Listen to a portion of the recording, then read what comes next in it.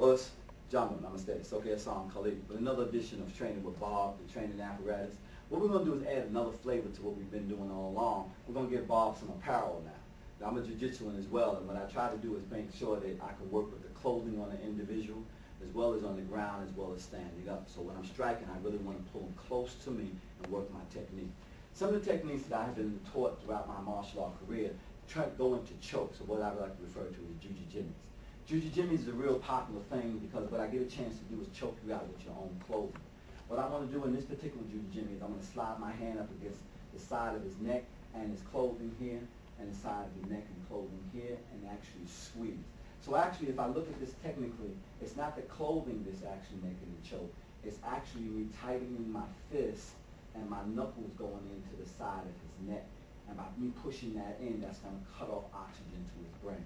Now, I'm not just going to run up on him and slip my hands in there. As I'm striking, once I have my hands in country and beyond his guard or his hands, it's very easy for me to go in and get this type of jujijimmy. Again, sometimes I want to be able to practice my other choking apparatus where I'm actually having my thumb down under the lapel, and what I'm going to do is take my forearm and put it across his chin.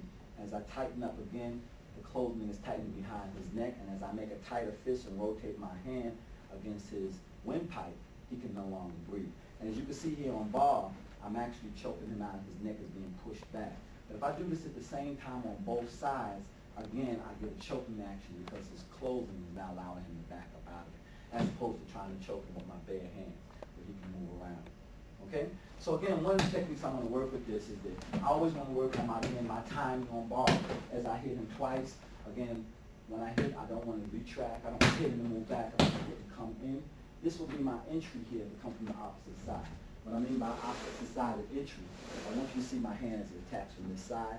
What I want to do is just daze here. I'm not really doing anything else than dazing his eyes so that I can hit him in the bridge of the nose with my elbow. And I'm going to open my hand and come back and cup his ear.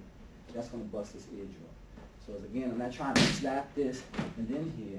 I'm actually just coming here, slapping his ear. This is going to allow me to come up and jujijimmy him here and pull him at the same time. And here, almost simultaneously, and pull him. This is much like what we was working before with the whiplash, but now we want to add a little apparel to it as well. Again, if it was the opposite side, 1, 2, eardrum, hand comes in, the thumb down. This is again when my hand could be hitting here, and as he repels back from this strike here, my thumb goes into his guard and pulls, pushing his head to the side. So again, I'm going to work with that kind of timing. 2, and here. The assumption is that again, he's out of it from the daze, and I can slap him. Us? Okay. I have one of my students with me, so he's going to point out some of the finer points of what I just did. Again, this is nothing new, but again, it's a lot of times we don't dress our Bobs up so we don't get a chance to feel how we can use our choking techniques. We learn about these choking techniques and how to turn our hand, but we don't get a chance to work with it. So again, I want the timing. If I feel myself fidgeting for it, trust me, if I'm fidgeting with Bob, I'm going to fidget for real. So I'm going to try to get myself into that by pushing at his neck so that my hand just actually comes in, forcing him to give me his clothing. Us? Give the ground off the chair. One time. Good. Let's break it down slow. That's 1. We're going to daze him. Good. And hit him with the elbow. Now again, with Bob, we don't kind of do anything. We have to do it. So if I say daze him and hit him, I want you to hit him. I want him to be rocked off his feet when I hit him. Good. And 2, bust that eardrum and come up under and jujijimmy here, and just his head and pull on the opposite side. Boom.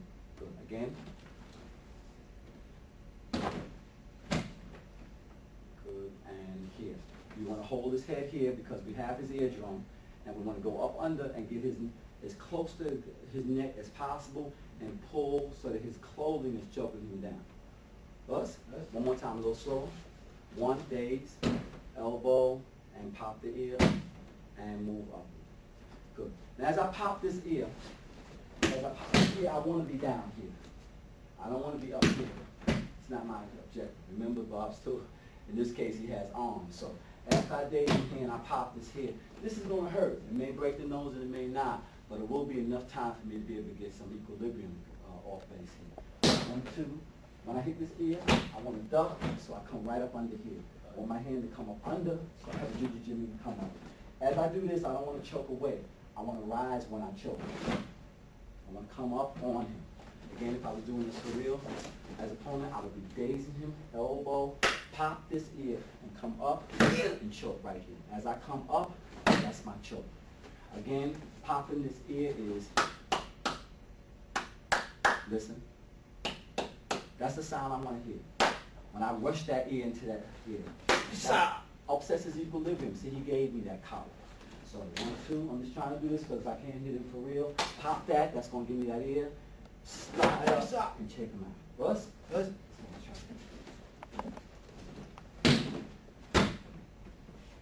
Good. I don't want to hesitate, don't snap too hard, but I don't want to hesitate getting my Juju Jimmy. If I'm fidgeting here, then I'm going to fidget for real. So I want to do it quickly and find out if I can get that lapel. Move. Again, as you see, he's fidgeting, and that's a nervous reaction because sometimes we don't know what he's going to do after that. We figure he's going to fight back. That's why I want to be clear and up on. Us?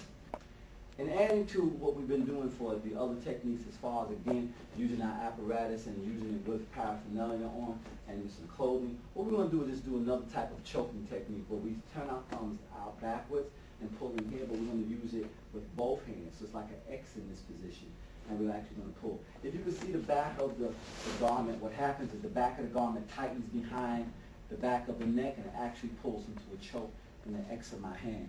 And as I put my hands in reverse and roll my hands, it actually acts as if it's actually choking him. So what I'm going to do now, as I said before, what I want to do is I'm going to work on that popping of the ear. I like that because it works against a person's equilibrium.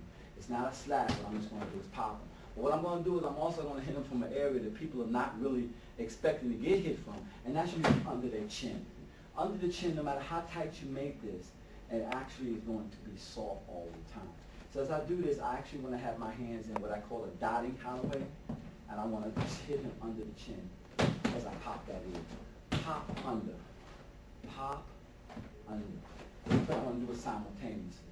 So when I do this, I'm going to come here, elbow, and then what I'm going to do is come right down in his face and then slide my hands right up to my Juju Jimmy. I'm just going to come up in here, pull him into the choke, pull him into the choke.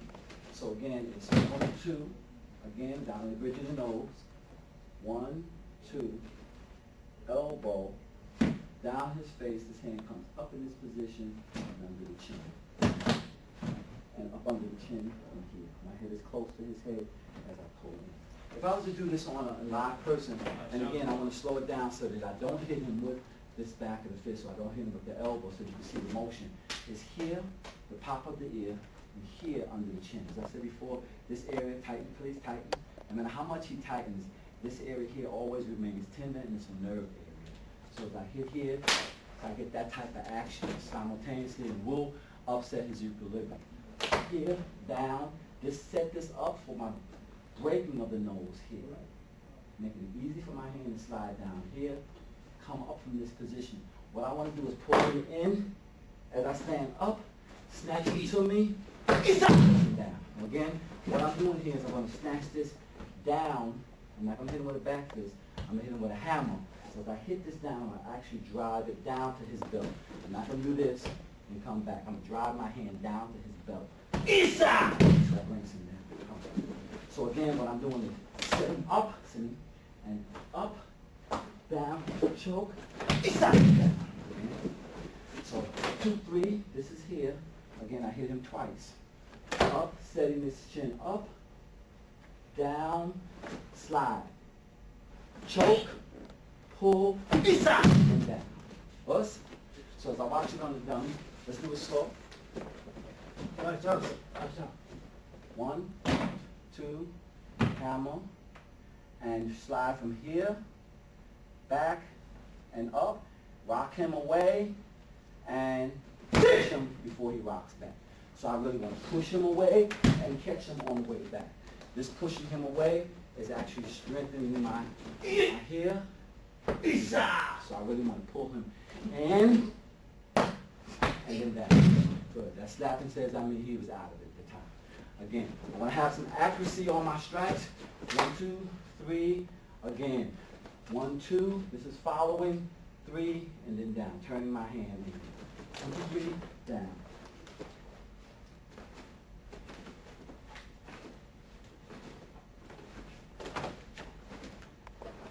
Isa! What's?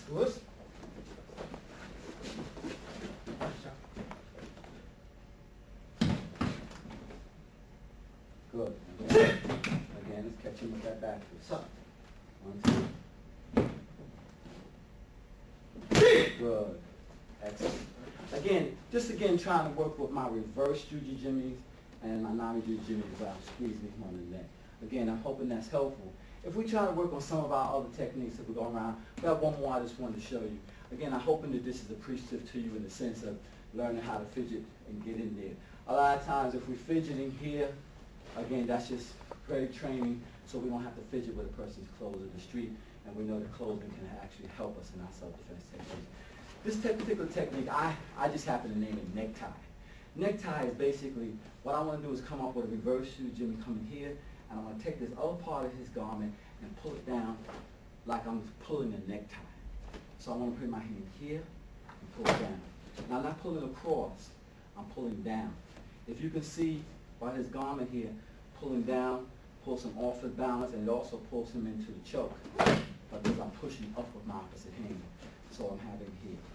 Whenever I'm doing a necktie position, coming down, I really want to go down with as much as I can with weight.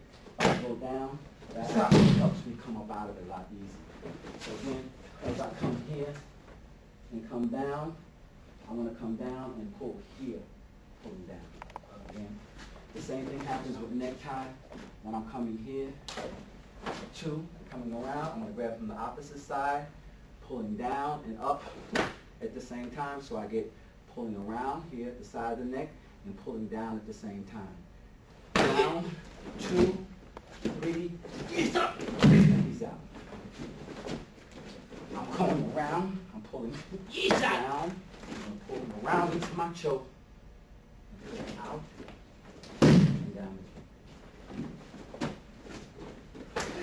2, I have him around here at the side of his neck, pulling down here, you can see that's the choke, pulling down. I'm going to push this head into the cradle of my arm. Stop! Here. Only long enough to grab the side of his chin. Pull it in the opposite direction. Stop! Pull down. Again, hands on my shoulder. I don't know how I got here. Hey, stop! Down. 2, 3, and down. Hopefully that was helpful to you. Again, Soke Haisan with Bob and Bukai. Thank you.